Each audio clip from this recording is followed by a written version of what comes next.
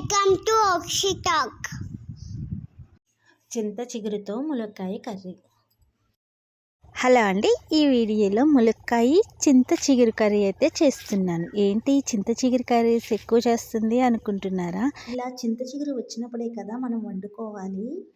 కానీ మనం రోజు చేసుకునే కర్రీస్లో ఇలా చింత చిగురు యాడ్ చేస్తే ఎలా ఉంటుందా అని ట్రై చేశాను. టేస్ట్ అయితే చాలా బాగుంటుంది. ఒకసారి మీరు కూడా డైలీ చేసుకునే కర్రీస్లో డిఫరెంట్గా ఉంటుంది.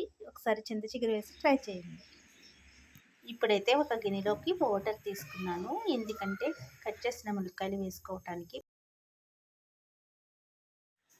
తీసుకొని వాటర్లో అయితే వేసుకున్నాను, చిన్న చిన్న ముక్కల కింద కట్ చేసి.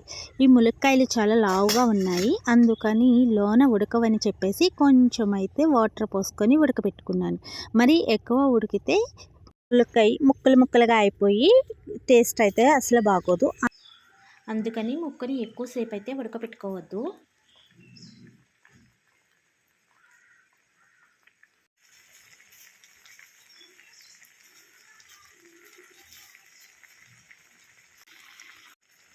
చూడండి, ముక్క అయితే ఉడికిపోయింది. ఇప్పుడు స్టవ్ ఆఫ్ చేసుకొని పక్కన పెట్టుకున్నాను.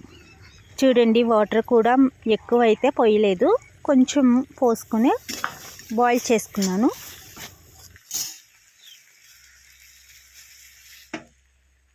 ఇప్పుడు స్టవ్ మీద ఒక గిన్నె పెట్టుకొని 2 స్పూన్స్ ఆయిల్ అయితే వేసుకున్నాను.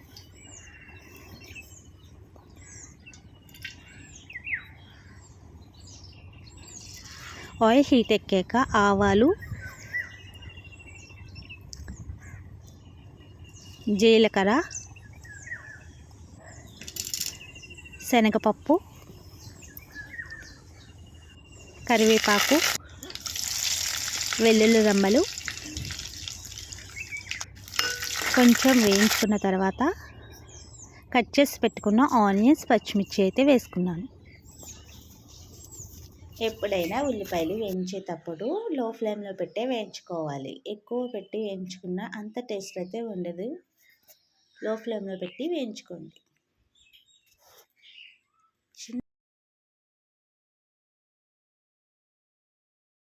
ఉల్లిపాయ త్వరగా వేగటానికి నేనైతే కొంచెం సాల్ట్ వేస్తున్నాను.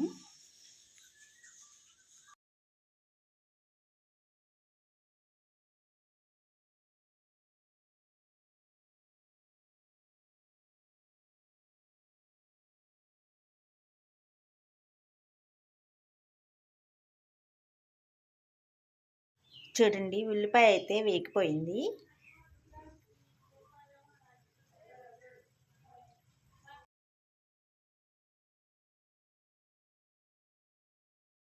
తర్వాత ఉడకబెట్టుకున్న ములక్కాయలను అయితే వేసుకుంటున్నాను.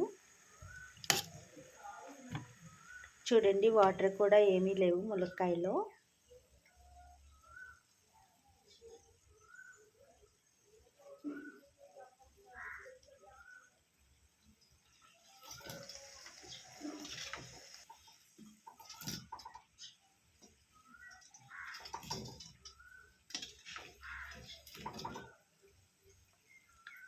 తర్వాత కొద్దిసేపు మగ్గటానికి కొద్దిసేపు అయితే మూత పెట్టుకున్నాను.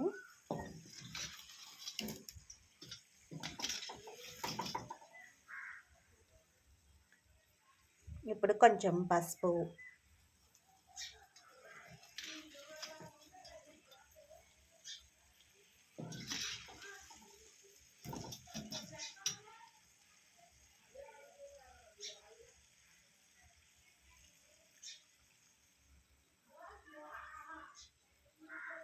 ఇందాక కొంచెం సాల్ట్ వేసాను కదా, ఇంకొంచెం కూడా వేస్తున్నాను. సాల్ట్ సరిపోదేమోనని ఇప్పుడైతే ఇంకా 2 స్పూన్స్ కారం అయితే వేస్తున్నాను. వేసుకొని మొత్తం అయితే ఒకసారి కలుపుకున్నాం.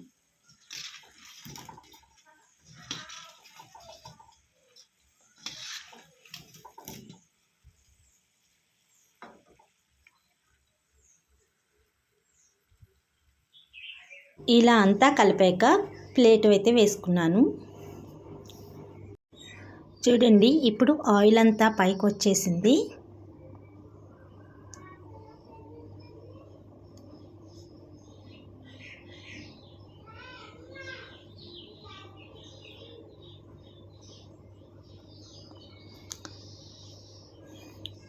ఇప్పుడు చింత చిగురు ఆకులు ఆకులుగా ఉంది, దాన్ని ఆకులుగా లేకుండా నలుపుతున్నాను.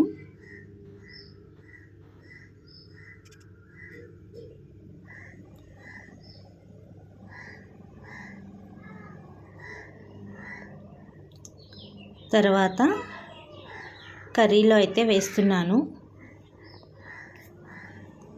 ఇలా వేసాక ఒకసారి అయితే గంటితో తిప్పుతున్నాను. చూడండి, ములక్కాయ కూడా ఏమాత్రము ముక్కలుగా అవ్వలేదు. ఎక్కువైతే ఉడకపెట్టుకోవద్దు ములక్కాయ ముక్కని. ఇలా అంతా ఒకసారి కలుపుకున్నాక పై ప్లేట్ అయితే వేసుకున్నాను. ఒక 5 మినిట్స్ ఉంచి తీసాను. చూడండి, ములక్కాయ చింత చిగురు కర్రీ అయితే ప్రిపేర్ అయ్యింది. ఇంతేనండి ములక్కాయ చింత చిగురు కర్రీ అయితే. ఇప్పుడైతే ఈ కర్రీని వేరే బౌల్లోకి అయితే తీసుకుంటున్నాను.